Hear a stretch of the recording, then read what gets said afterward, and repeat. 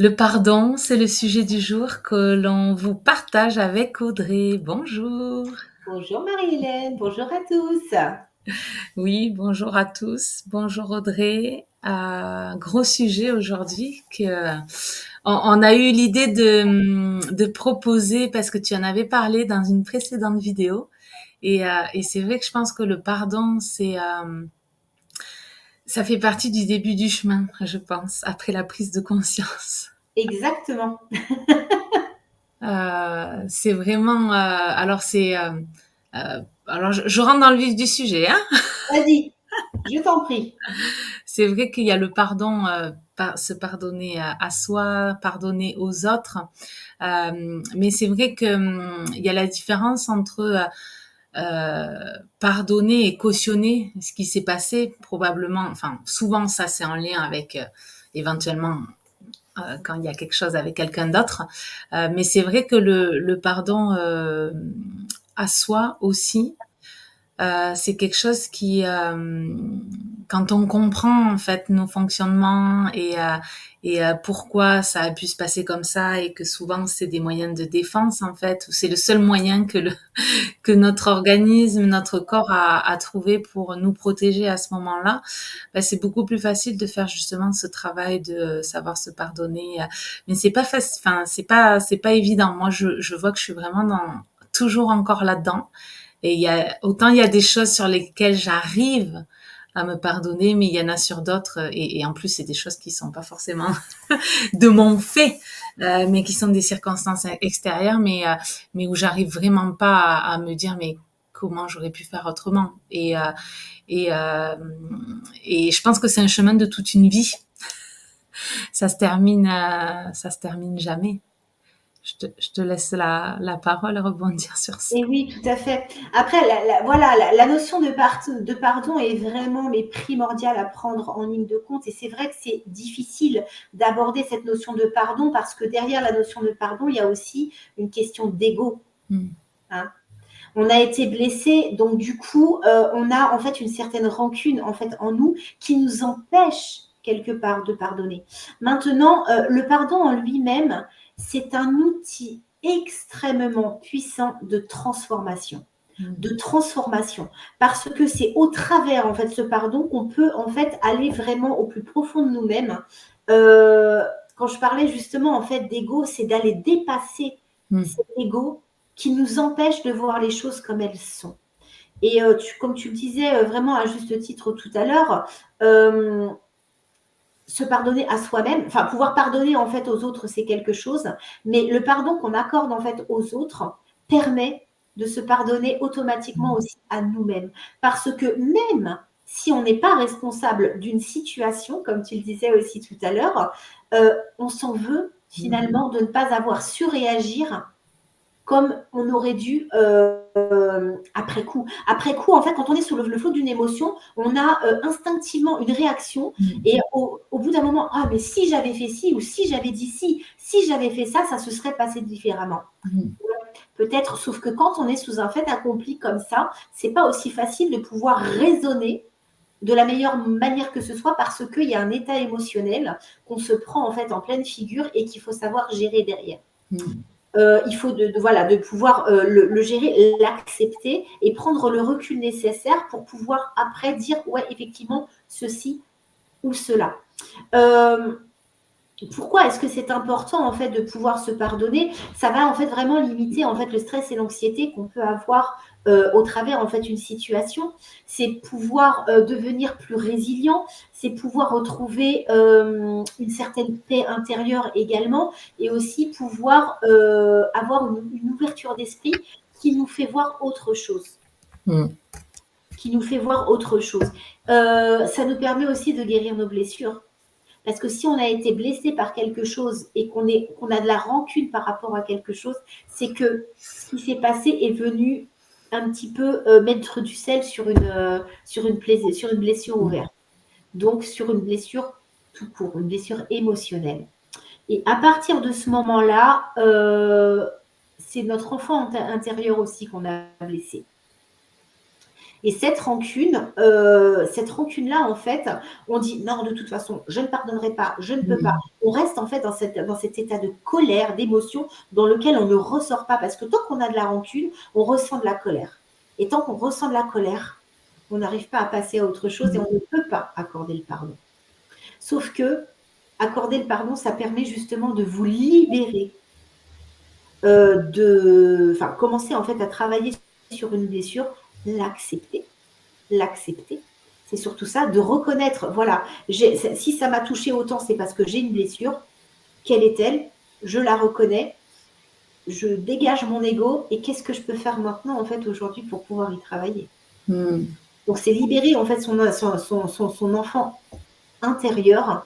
Et surtout, ce que je voudrais dire, c'est que pardonner, c'est pas oublier. C'est pas oublier ce qui s'est passé, on ne peut pas revenir en arrière. Et maintenant, justement, donc s'en libérer, de pouvoir pardonner et de se dire, ok, je décide aujourd'hui et maintenant de passer à autre chose, c'est ça le pardon. Justement, pouvoir se libérer émotionnellement de quelque chose qui nous a pesé. Ouais, c'est vraiment un beau cadeau à se faire à soi et justement ne pas croire que on pardonne à l'autre finalement et voilà ce que je disais, ce que tu as pu dire aussi, c'est je cautionne ce qui a été fait, mais c'est plutôt oui reconnaître à quel point ça peut être vraiment difficile comme tu disais quand ça va appuyer sur nos blessures profondes en fait. C'est vraiment tout un cheminement, mais c'est un beau cadeau à se faire parce que c'est vraiment ce qui permet de quelque part de se libérer de ce qui s'est passé et de pouvoir passer à autre chose aussi. Parce que sinon, on est toujours aussi enfin, on entend souvent, je répète toujours les mêmes erreurs entre guillemets, j'attire toujours les mêmes situations.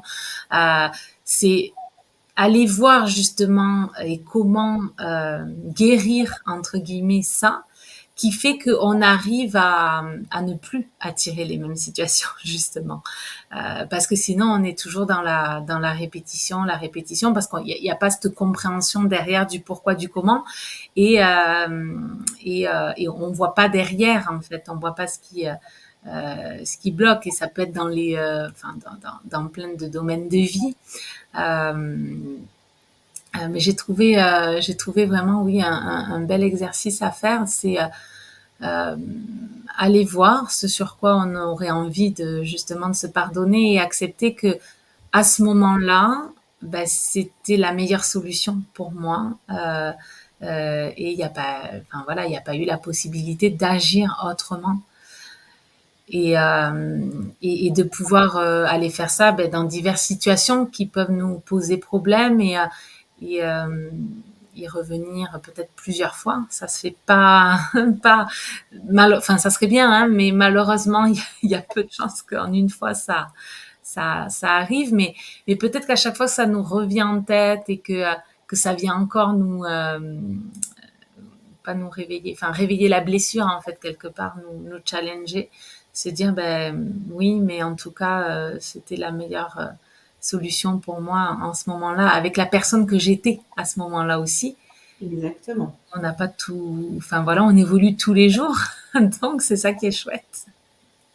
C'est un très très bon exercice en fait que tu es en train de mentionner parce que quelque part c'est de s'accorder de la bienveillance et de se dire que même si j'aurais pu réagir autrement, c'est peut-être justement un axe d'amélioration qu'on peut faire pour la suite si la situation était menée à se répéter quelque part. Donc c'est justement pour avoir cette bienveillance envers soi-même. Après, moi, ce que je pourrais proposer aussi comme exercice dans le sens inverse et en complément de ce que tu dis, c'est vis-à-vis de l'autre parce que effectivement, on est responsable de ce qu'on pense nous-mêmes. Mais finalement, moi, ce que je vous conseille de faire également, peu importe le problème ou la situation, c'est de se dire, il s'est passé ça. Moi, j'ai ressenti ça. Mais la personne en face, qu'est-ce qui s'est passé dans sa tête ou dans sa vie pour faire ça? On ne sait pas. Après, ce ne sont que des suppositions. Mais d'émettre le doute, en fait, dans son propre esprit à nous. nous permet en fait de libérer déjà quelque chose. Parce que si on reste dans la rancœur en disant il a fait ça, il a fait du mal, sciemment, entre guillemets, sciemment, est-ce que c'est vraiment la réalité des choses? Est-ce que cette personne, ce jour-là, était en pleine possession de ses moyens? Je parle émotionnellement parlant. Hein. Est-ce que cette personne a vécu des traumatismes dans sa vie qui ont réveillé sa propre blessure et que cette personne a transposé sur quelqu'un d'autre? Attention, ça n'excuse pas, encore une fois. Ça explique. Mais le fait de le penser, de le conscientiser peut amener en fait à adoucir un petit peu notre propre douleur.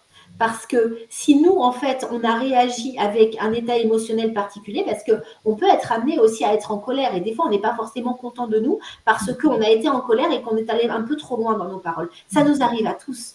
Peut-être que la personne en face était dans ce même état émotionnel.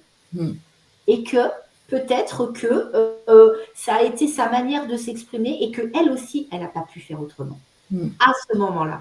À partir du moment où on conscientise ça, en fait, ça adoucit un petit peu notre douleur. Alors, sans être compatissant envers l'autre ou quoi que ce soit parce qu'on a souffert, mais simplement de se dire qu'il est possible que ça soit la même chose, qu'il vive en fait la même chose lui, avec sa propre histoire, que moi, ce que je ressens à l'intérieur et la manière dont je souffre. Donc voilà, c'est vraiment quelque chose d'important de pouvoir s'accorder suffisamment de bienveillance, comme tu le disais, et de pouvoir ouvrir un peu son esprit à se dire peut-être qu'aussi la personne en face n'a pas pu faire autrement. Oui, quelque part, c'est la même chose avec soi et avec l'autre. Alors, c'est vrai qu'avec soi, ça peut être difficile. Avec l'autre et quelqu'un qui nous a fait du mal, c'est le niveau de... C'est un cheminement. Là, effectivement, on est dans un autre niveau. Mais juste, en fait, émettre l'hypothèse, sans forcément le penser ou quoi que ce soit, mais de se dire, est-ce que... Oui, c'est vraiment ça et ça permet d'apaiser et d'expliquer. Ça efface pas ce qui a été fait, c'est sûr.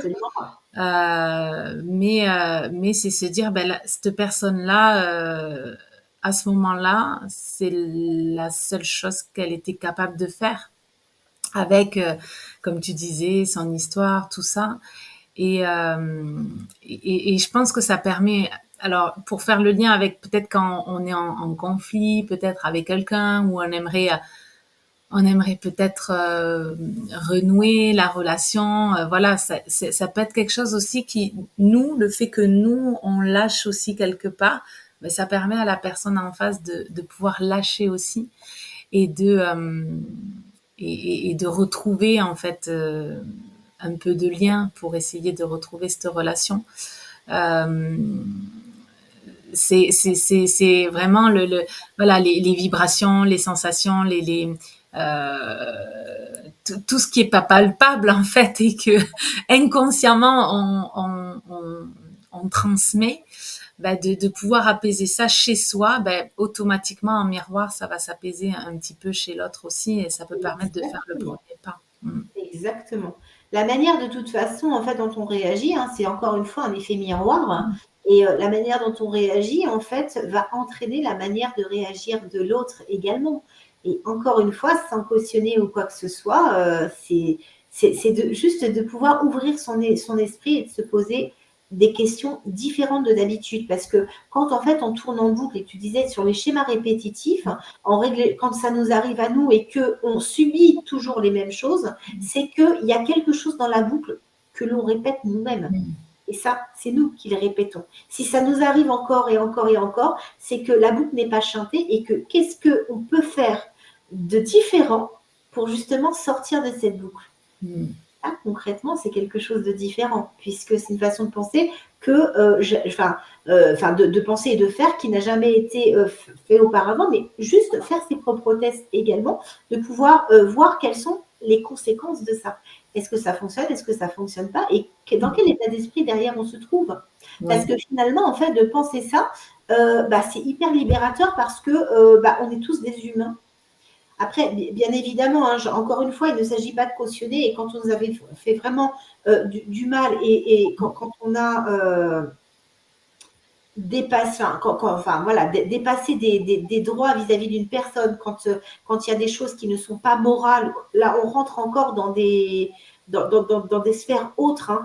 Mm. Mais ce que je veux dire par là, c'est que ce que la personne a vécu dans sa vie, peut-être qu'on lui a appris, on lui a pas appris en fait à penser autrement. On lui a peut-être inculqué en fait des croyances et des valeurs qui l'ont mené en fait à ça. Et c'est vrai que dans notre éducation, en fait, on n'a pas forcément conscience en fait de croyances. Je crois que je l'avais dit un jour. Hein, en fait, si un jour, enfin, on nous a éduqués en nous disant que l'herbe était bleue, le jour où on nous dit qu'elle est verte, ah bah non, je suis désolée, elle est bleue. Moi, on m'a toujours dit ça. Tu vas pas me faire croire le contraire. Et pourtant, des croyances en fait qu'on nous inculque ne sont pas forcément vraies. Mm. C'est vrai pour nous peut-être, mais c'est pas vrai en fait pour le reste du monde. Et du coup, ce qui nous semble vrai à nous ne l'est pas forcément pour l'autre qui nous a fait du mal. C'est juste ça en fait. L'ouverture d'esprit dont je parle, c'est juste ça, de pouvoir émettre d'autres hypothèses que celles qu'on croit uniquement. Mm. Et c'est vrai que c'est pas toujours facile quand on se sent victime justement d'une situation. Alors qu'on se sente ou qu'on le soit réellement, parce qu'il y a des situations où on est vraiment victime Oui. des actes d'une autre personne. C'est vrai que c'est pas évident de se dire que quelque part il y a une part de responsabilité qui est la nôtre aussi. Et la part de responsabilité, ça veut pas dire que l'autre n'y est pour rien et que c'est pas de sa faute, c'est pas du tout ça. Mais c'est vrai que c'est hyper difficile de se dire on peut imaginer voilà une situation où on se dit bah, j'étais au mauvais endroit au mauvais moment et j'ai vécu quelque chose de hyper difficile et j'en suis en rien responsable parce que c'est l'autre mais pouvoir se dire justement je me pardonne peut-être de ne pas avoir su réagir, je me pardonne de ne pas avoir pu faire autrement. C'est vraiment un très beau cadeau et une reprise de pouvoir sur sa vie, en fait. Et se dire, enfin, vraiment, comme tu disais, on arrête d'être dans cette boucle où on reproduit toujours les mêmes schémas et on arrive toujours à se dire, ben, je subis toujours les mêmes choses. Et là, on sort de ça. Et c'est tellement puissant, en fait, quand on arrive à toucher ça. Alors, c'est jamais terminé. Et comme je disais, c'est toujours un chemin, mais quand on commence à aller là-dedans, ben, c'est de plus en plus puissant, en fait. Puissant et libérateur, vraiment, vraiment, vraiment. Parce que quelque part, en fait, de pouvoir réfléchir à ça, encore une fois, sur notre part de responsabilité par rapport à notre manière de réagir, permet en fait derrière de pouvoir poser des limites qui n'ont pas été posées au moment où ça s'est passé. Mm. Tout ça, c'est un cheminement en fait enfin, les choses s'imbriquent les unes avec les autres et c'est pour ça que je parlais en fait vraiment d'outils de transformation parce que ça nous permet derrière en fait de mettre des plans d'action nécessaires pour pouvoir faire que les choses soient différentes et de ne pas retourner justement dans ces schémas répétitifs dont on a en fait un petit peu l'habitude, quoi. Mm. Sortir un petit peu de sa zone de confort, des sentiers battus et décider de faire les choses autrement. Mm. Et je trouve que enfin, ça fait vraiment le lien avec euh, les thématiques sur lesquelles on accompagne. Moi, vraiment et après je te laisse la parole pour parler de ce que tu proposes aussi et en quoi c'est important le pardon justement. C'est vrai que moi, par rapport à des personnes, à des mamans qui ont vécu justement des enfantements un petit peu compliqués, qui se disent, ben, pourquoi j'ai pas su dire non et qui ont envie justement de vivre autre chose pour leur prochaine grossesse ou des fois qui s'empêchent d'avoir un autre enfant pour ça parce que ça a été tellement difficile ce qu'elles ont vécu et ben, aller faire ce travail justement ça permet de se libérer et de s'autoriser à vivre autre chose et à savoir que on peut vivre autre chose et que c'est possible. C'est pas bon là en plus c'est un lien avec le milieu médical donc c'est assez compliqué mais on peut vite dire ben voilà tout le monde est pareil et finalement j'ai pas trop le choix, je suis obligée donc je préfère carrément ne pas y aller et ne pas me reconfronter à la situation. Mais comprendre le pourquoi du comment et pourquoi les personnes peuvent agir comme ça aussi, ben, c'est vraiment pouvoir retrouver son libre arbitre et refaire des choix aussi qui sont pas conditionnés par ben, ce qu'on a pu vivre par le passé aussi. Exactement. Et bah, pour ma part, effectivement, donc quand tu parlais de retrouver son libre arbitre, c'est vraiment ça. Donc en tant que femme, quand on vit en fait des situations qui sont compliquées, donc moi j'accompagne en fait sur la relation à soi, la relation au corps.